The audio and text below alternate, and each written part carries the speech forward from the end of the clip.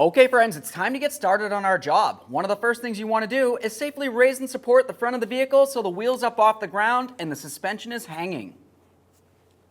The next thing we're going to do is move along to removing all 5 of our 19mm lug nuts and then the wheel.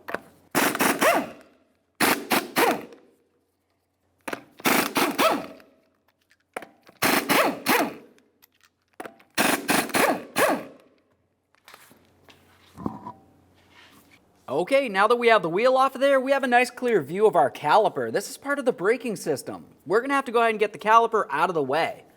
Attached to the caliper, you have your flex hose, and attached to that, you have an ABS wire. The flex hose and the ABS wire are both very delicate. You don't want to damage them in any way, but we do want to separate them. I'm going to make my way right here and just separate the ABS wire from the flex hose. You can see the little clip that it slides into.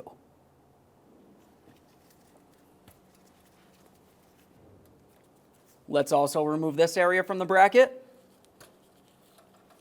Now we can remove both of our caliper bracket bolts. To remove these, we're going to use a 21mm socket. We'll leave that in there a couple threads.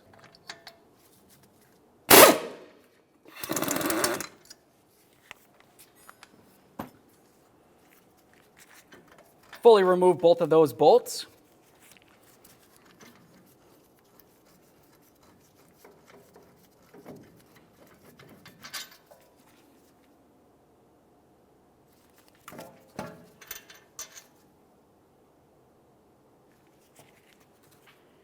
Now let's slide the caliper off of the brake rotor.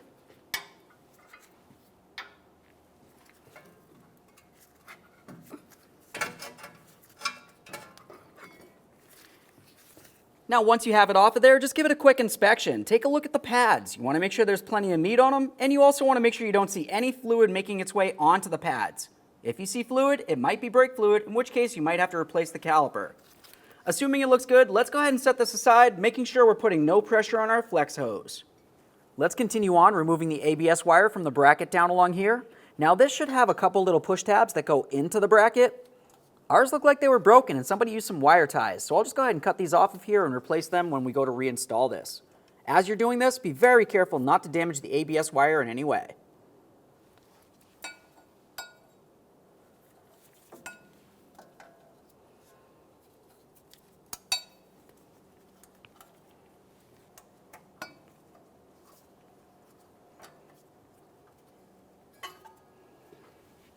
Now, if you were to follow this ABS wire, it comes up right behind the shock tower.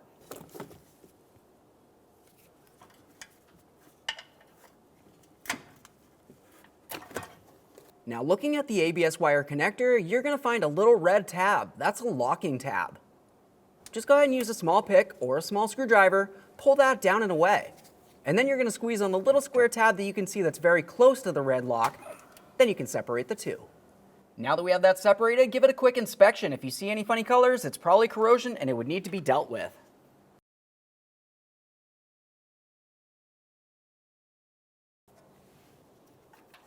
Carefully grab onto that ABS wire. We'll pull it down and out of here. Now let's look down along the area where the axle and the ball joint are. You can see that it's hooked into this bracket. Just go ahead and slide it right out of there as well. Now once you have it out of there, we'll just continue on by bringing it out, and then we'll just hang it aside, making sure that we're not going to damage it in any way. Grab onto that rotor, we'll give it a little wiggle and remove it from the vehicle. Give it a quick inspection, set it aside. Now let's move along to this area here. You're going to find a 14mm bolt head, and if you follow it in closer to the knuckle, you'll find a 14mm locking nut. We need to go ahead and remove this from the knuckle. So to do that, I'm going to make my way right over to the 14mm nut and turn this counterclockwise to remove it. You want to make sure that you don't change the adjustment on this though. The purpose of this is to make sure that you don't turn your wheel too far. When you turn your wheel all the way to the right, this is going to swing all the way over and hit up against the differential tube right here. If you make too much of an adjustment on this, you might not be able to steer far enough, or you might turn too far.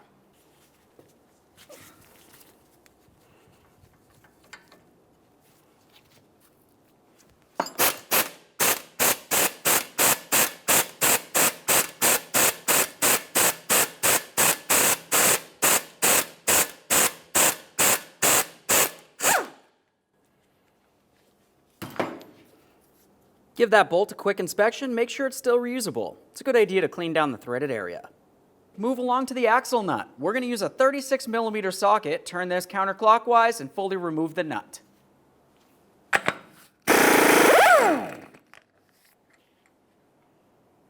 Typically, it's a good idea to go ahead and replace these anytime you remove them. But if you're not, give it a good inspection and make sure you use some red thread locker when you go to reinstall it. Continue on with a hammer and punch. We're going to come right in the center of the axle and break it free from the wheel bearing. Once you've got some movement, we can continue on. Now let's move along to the front of the knuckle. You're going to find that you have the areas where your tie rod ends connect onto. We're going to remove both of these 21mm nuts, and then of course remove the tie rod ends from the knuckle.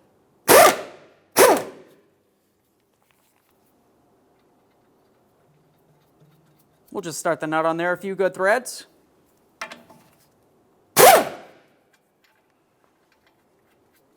Continue on with your hammer and punch. We're going to come right in the center of each of those studs and break these free. If you want to use some penetrant, it's probably a good idea.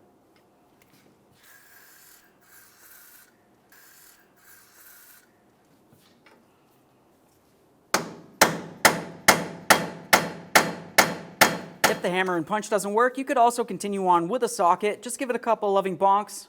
Of course, you don't want to damage your tools in any way.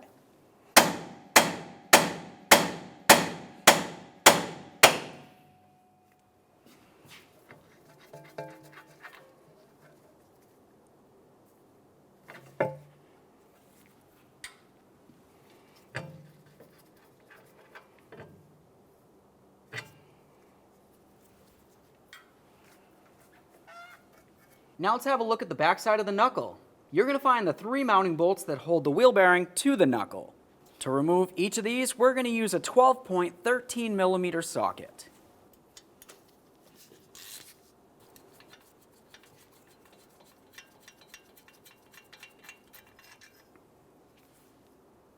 Now to access the other two a little bit easier, I'm going to come from the back side. Let's go ahead and turn this the other direction, and we can remove the other two.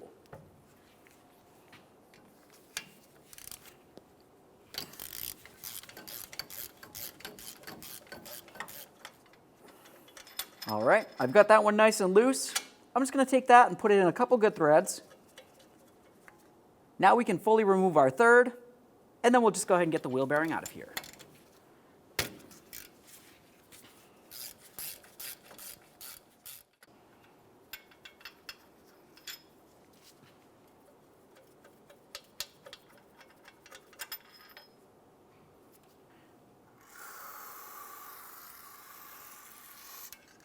We'll just use a little bit of penetrant on this. Now to remove the bearing, sometimes you can just grab onto it, give it a little wiggle, and it should want to pull away from the knuckle. Other times, it might be stuck in there with rust or corrosion or something the like. If that's the case, just go ahead and take your bolts. You're going to start it in there. Make sure it's in there at least 5 good threads. It's very important to make sure you've got a couple good threads in there. The next thing you would want to do is carefully use your 12.13mm socket, put it right on there, and then just give it a couple loving bonks with your hammer until you see the wheel bearing start to break free. You could do the same to all the bolts. Once it seems as though it's free enough, remove all of them and then the bearing from the knuckle. As you start removing the bearing and the backing plate, make sure the ABS wire is coming with you and you do not damage it in any way. Let's set that aside. Okay, we're at the point that we can go ahead and take the axle right out of here. Now to do that, I'm just going to carefully grab onto this. I'm going to reach along inside this area and pull it out of the differential. If it doesn't seem like it wants to slide out, you can carefully use a pry bar up against the differential tube and the axle and gently separate it.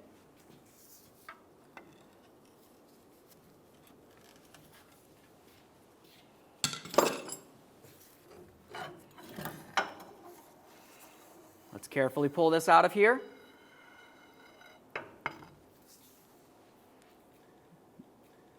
There it is, friends.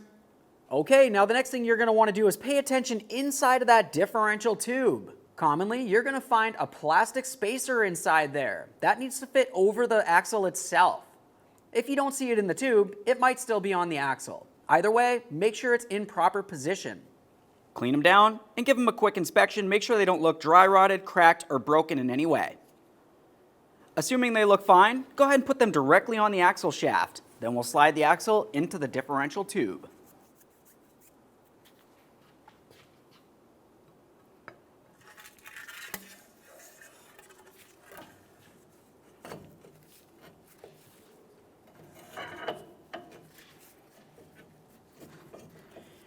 Now when you press your axle in, you need to pay special attention to this area, right where the axle is supposed to meet up near the differential tube.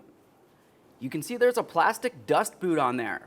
That should be pretty much lined up with the differential tube.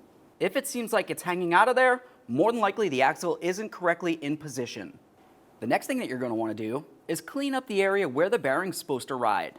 Inside this area, all the way around, and along this outer aspect right here. Essentially any area that the bearing will be touching up against needs to be clean and free of any debris. Use a rag, use some sandpaper, whatever you need to do.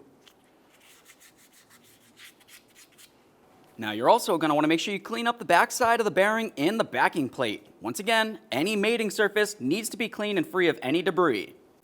Let's continue on with some copper never sees. We're going to coat the entire area along where we cleaned up, the inner aspect right here and along the outer aspect. You don't necessarily need to get inside the bolt holes because the bolts will have red thread locker on them.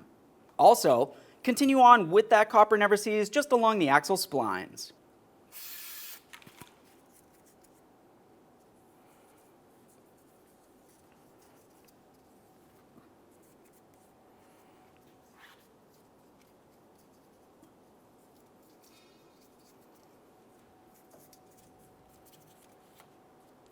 Once you've cleaned and thread locked the threading of the mounting bolts, continue on putting on your bearing.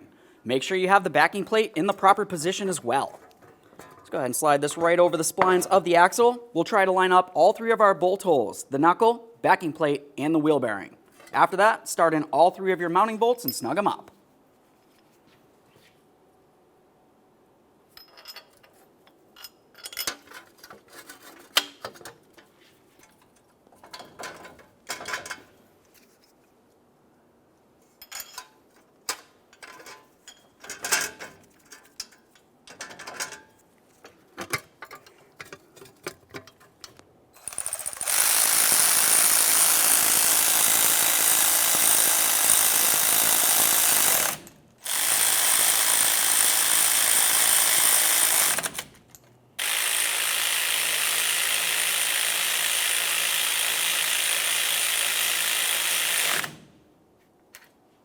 Once you have all of them snugged, torque each of them to 75 foot-pounds.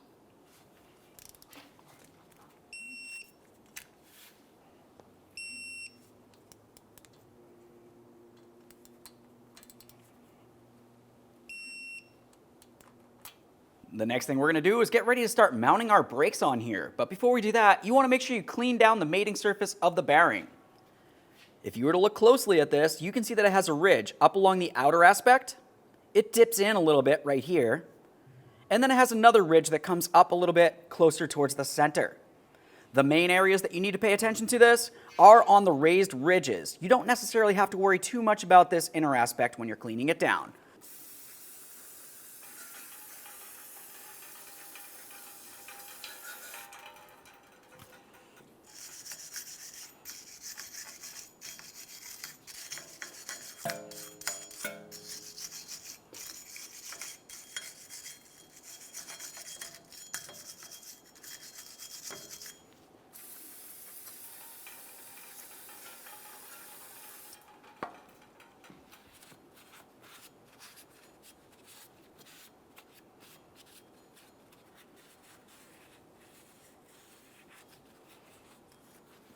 Once you have that cleaned, go ahead and do the same thing to the back side of the rotor, the area that presses directly up against that wheel bearing. Make sure there's no rust or debris on that as well.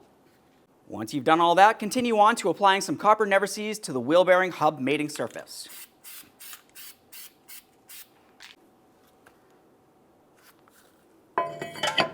We'll put that rotor right on there, and at this point I always just start on a lug nut to hold the rotor in place.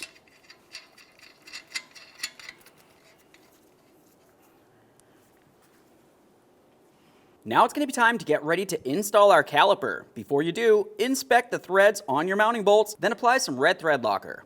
After that, go ahead and take that caliper and slide it right on over your rotor. Let's go ahead and put both of those mounting bolts in. Once you have both of them started, you can bottom them out. After that, torque each of them to 100 foot-pounds.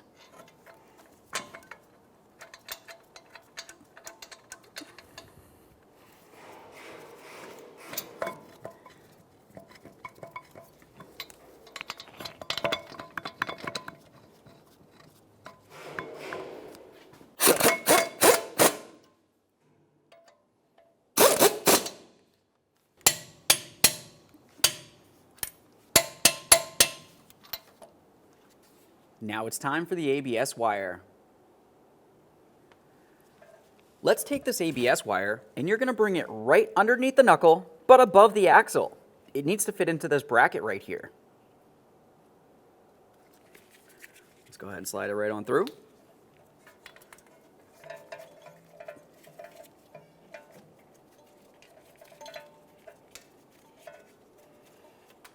You're going to be looking for this area right here. You can see where my index finger is. There's a little notch. Now that needs to actually fit into the slot that's inside of this bracket.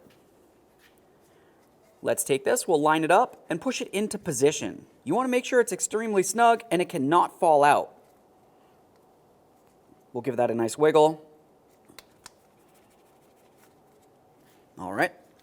Now let's continue up the line here. We're going to make our way to this bracket. Go ahead and slide it right on there the same way.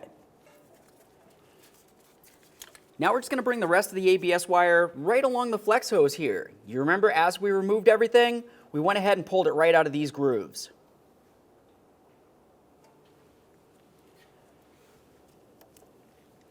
Once again, you want to make sure that it's secure. If it feels as though one of these is broken or it's weak in any way, just use a wire tie to hold it in place.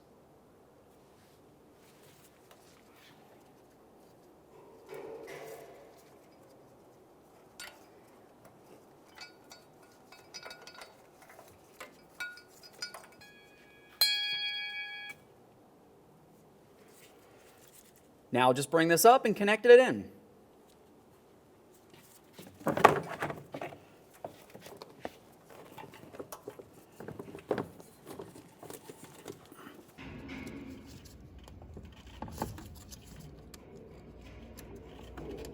Press that in, listen for a click, give it a tug.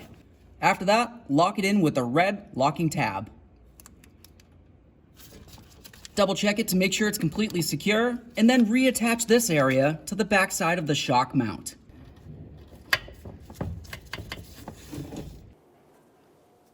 Let's make our way down here to our final mounting bracket.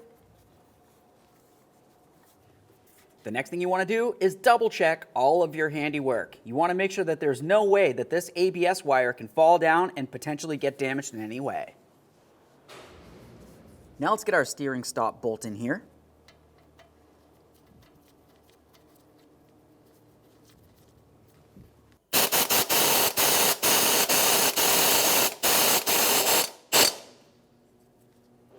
Make sure your jam nut's bottomed out against the knuckle. Now we can start reattaching our tie rod ends.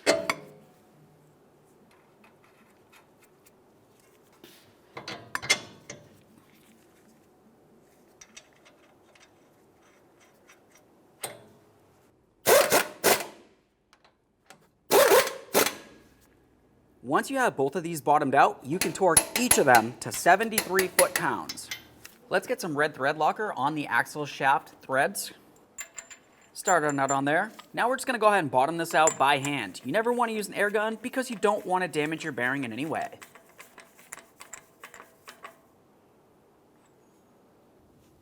Now the next thing I'm going to do is go ahead and torque this. What you're going to notice as you try to tighten this is more than likely going to want to spin on you.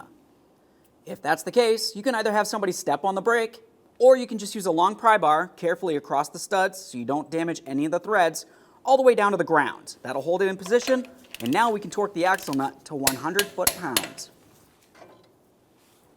Once you have it torqued, let's just go ahead and take off this lug nut. After that, we can go ahead and grab the wheel and put it back in place. Okay, at this point, we can go ahead and put our wheel back up on here. After that, go ahead and start on all 5 of your 19mm lug nuts. And then when we get the wheel back on the ground, we'll go ahead and torque each of them to 122 foot-pounds.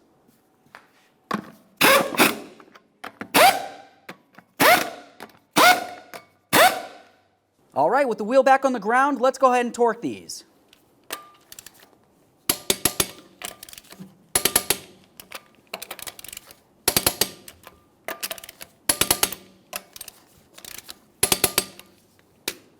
Torqued. Okay friends, we got our front end back together. What's left to do now? Now of course you're going to want to safely take it for a road test, listen for any funny noises, and of course get yourself down to your local alignment shop. Thanks for watching.